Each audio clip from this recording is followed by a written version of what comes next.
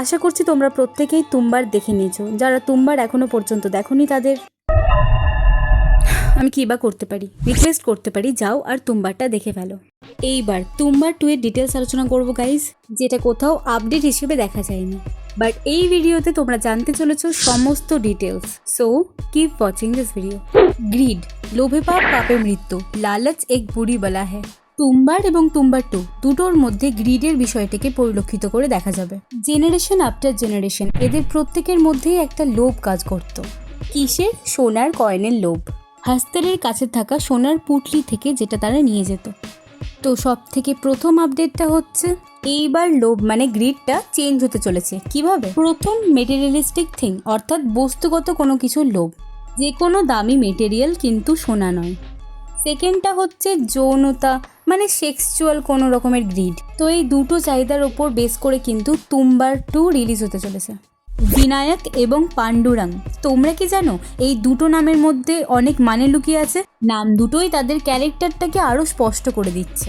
আমি বলছি, বিনায়ক হচ্ছে একটা হিন্দু নাম, কিন্তু এটার অর্থ হচ্ছে লিডারশিপ। প্রথম দিকে তোমরা ভালো করে নোটিস করবে, পুরো ফ্যামিলিকে গাইড করার জন্য কিন্তু বিনায়ক পাণ্ডুরাংকে পুরো প্রসেসটা বুঝিয়েছিল কিভাবে তাকে হাস্তারের কাছে যেতে হবে, আর তারপর কিন্তু নিজের জীবনের বলিদান দিয়ে দিয়েছিল তার ছেলেকে প্রোটেক্ট করার জন্য। কি মিলল তো? সেকেন্ড হচ্ছে পাণ্ডুরাং। পাণ্ডুরাং ডেপিক করছে পিলে রংওয়ালা, অর্থাৎ হলুদ রঙের ব্যক্তি। হলুদ রং ডেপিক করছে চঞ্চলতার প্রতীক, স্বতঃস্ফূর্ততার প্রতীক, যেটা আমরা পাণ্ডুরাংয়ের ক্যারেক্টারের মধ্যেও দেখতে পাই। তো পুরো মিলিয়ে দুটো নামের মধ্যে যথাযথ অর্থ লুকিয়েছিল। কখনো মুড ম্যাচিং এর নাম শুনেছো? এর মাধ্যমে প্রকৃতির অ্যাস্থেটিকনেস বজায় ছিল তুম্বার মুভিতে, যেখানে তারা অপেক্ষা করতেও রাজি ছিল সিনগুলোকে সঠিকভাবে ক্যাপচার করার জন্য।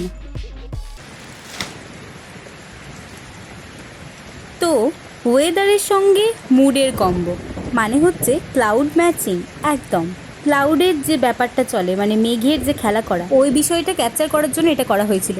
তুম্বার 2 এ পাণ্ডুরাং আচার এবার শ্যুট করা হবে ড্রাই ওয়েদার ক্লাইমেটে। জানি তোমরা বুঝতে পারোনি, এই জন্য আমাকে নিজেকে চড় মারতে হবে। আরও একবার।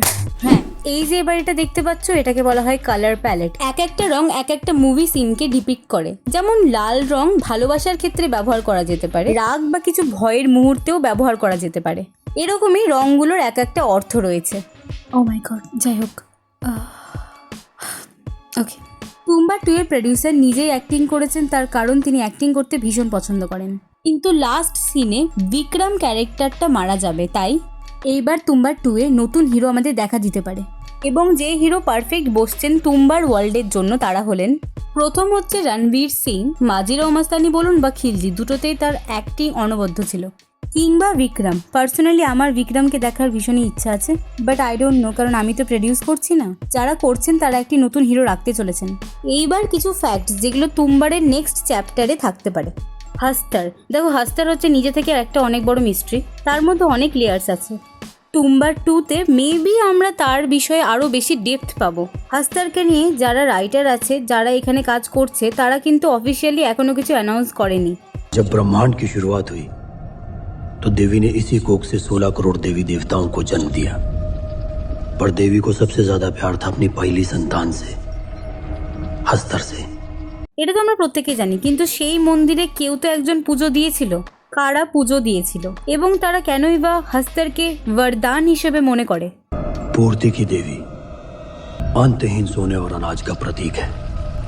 এবার এই দেবীকে নিয়ে আমি অ্যাকচুয়ালি সারা দিন সারা রাত ধরে সার্চ করেছি, আর আমি কোনো কিছুই অফকোর্স পাইনি। তো আমার মনে হয় স্পেসিফিক এই ব্যাপারটাকে ইলাবোরেট করা উচিত। মানে পূর্তি অর্থাৎ হচ্ছে সমৃদ্ধির দেবী, but we need to be like understand very clearly যে দেবীটা অ্যাকচুয়ালি কীরকম দেবী, মানে কনফিউজিং।